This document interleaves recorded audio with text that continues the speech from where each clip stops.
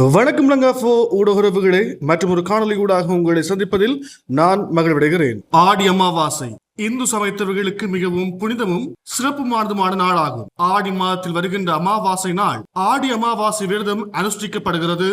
அமாவாசை என்பது வானவியல் கணிப்பின்படி சூரியனும் சந்திரனும் ஒரே ராசியில் கூடுகின்ற போதுள்ள காலம் அமாவாசையாகும்.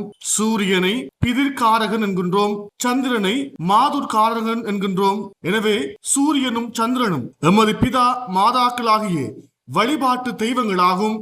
சூரிய பகவான் ஆண்மை, ஆற்றல், வீரம் என்பவற்றையெல்லாம் எமக்கு தரவல்லவர். சந்திரன் நமது மனதுக்கு அதிபதியானவர். இதனால் மகிழ்ச்சி, தெளிந்த அறிவு, இன்பம், உற்சாகம் என்பவற்றை எல்லாம் தரவல்லவர். இத்தகைய பெருமைகளை எல்லாம் தருகின்ற சூரிய சந்திரனை தந்தை தாய் இழந்தவர்கள் அமாவாசை பூர்ண நாளில் வழிபடுவர். ஆடி அமாவாசை நாளில் அதிகாலை நித்திரை விட்டெழுந்து தீர்த்தமாடி பின்னர் சிவாலய தரிசனம் செய்து பிதிர் தர்ப்பணம் செய்து அன்னதானம் வழங்குதல் வேண்டும். இவை முக்கியம் பெறுகின்ற அங்கங்களாக காணப்படுகிறது. பிதிர் தேவர்களை சிரத்தையோடு வழிபாடு செய்து சிரார்த்தம் செய்வதால் பிதிர்களின் தோஷங்களிலிருந்து நீங்க முடியும் என்பது இந்துக்களின் நம்பிக்கை. யாழ்ப்பாணத்து மக்கள் புராண காலம் தொடக்கம் கீரிமலை நகுலேஸ்வரத்தில் தீர்த்தமாடுவர். மட்டக்களப்பு வாழ் மக்கள் திருக்கோவில் வங்கக்கடலிலும் மாமாங்கத்து அமிர்தகளி தீர்த்தத்திலும் தீர்த்தமாடுவர். திருகோணமலை வாழ் மக்கள் திருக்கோணேஸ்வரம் ஆலயத்தில் தீர்த்தமாடி பிதிர்கடனை செலுத்துவர். திருகோணமலை வாழ் மக்கள் திருக்கோணேஸ்வரம் ஆலயத்தில் தீர்த்தமாடி பிதிர்கடன்களை செலுத்துவர். ஆடி அமாவாசை காலத்தில் கடல் அல்லது புனித ஆறுகளில் நீராடி இறைவனை வழிபட்டால் பாவங்கள் நீங்கி விமோசனம் பெற முடியும் என்கின்ற நம்பிக்கை இந்து சமய மக்களிடம் அதிகம் காணப்படுகிறது. ஆடி அமாவாசை விரதம் என்பது குறிப்பிட்ட ஒரு ஆலயம் சார்ந்தது மட்டுமல்ல. கடல், நதிக்கரைகள் மற்றும் அனைத்து சிவாலயங்களிலும், குறிப்பாக ஈழத்தில் யாழ்ப்பாணத்தில் அமைந்துள்ள புகழ்பெற்ற மாவட்டபுரம் கந்தசுவாமி ஆலயம் மற்றும் கீரிமலை நாகதம்பிரான் தீர்த்தக்கரையிலும் மிக சிறப்பாக கொண்டாடப்படுகிறது.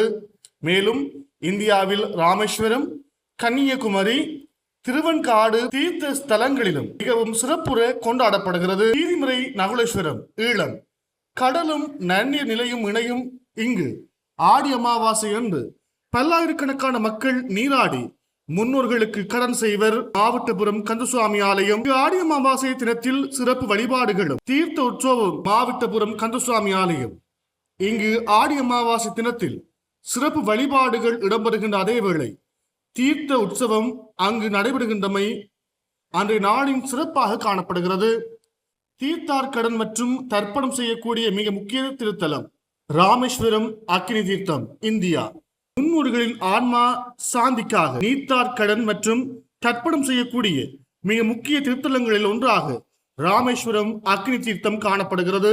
உள்ளூர் சிவாலயங்கள் அவரவர் ஊருக்கு அருகில் உள்ள சிவன் கோயில்களிலும் அம்மன் கோயில்களிலும் சென்று வழிபாடு நடத்துவது வழக்கம். இதில் முக்கிய வழிபாட்டு முறைகளை நாங்கள் பார்க்கும் இடத்திலே அதிகாலையில் நீராடி விரதம் மேற்கொள்ளுதல் வேண்டும். முன்னோர்களை நினைத்து தர்ப்பணம் செய்தல் வேண்டும்.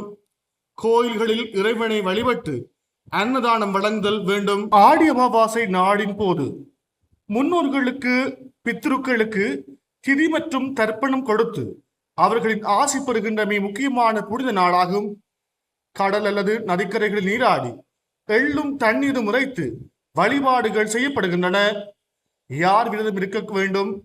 தாய் அல்லது தந்தையை இழந்த ஆண்கள் மற்றும் பெண்கள் இந்த நாளில் விரதம் இருக்கலாம். கணவனை இழந்த மனைவியும் மனைவியை இழந்த கணவனும் விரதம் இருக்கலாம். தங்களின் முன்னோர்களுக்கு திதி மற்றும் தர்ப்பண கடமைகளை செய்ய வேண்டும். யார் செய்யக்கூடாது?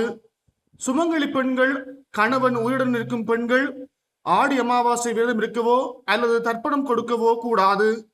கணவர் விரதம் இருக்கும் போது சமைக்கும் மனைவி விரத சமையல் முடியும் வரை சாப்பிடாமல் இருக்கக்கூடாது. சிறிது உணவு உட்கொண்ட பின் சமைக்க வேண்டும்.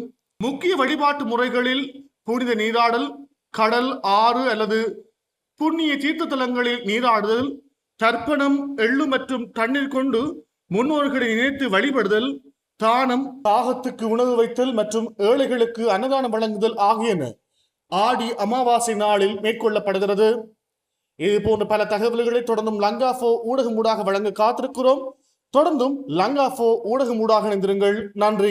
இது போன்ற மேலும் பல முக்கிய சுவாரஸ்யமான செய்திகளை அறிந்து கொள்ள லங்காஃபோ யூடியூப் சேனலை சப்ஸ்கிரைப் பண்ணுங்கள்.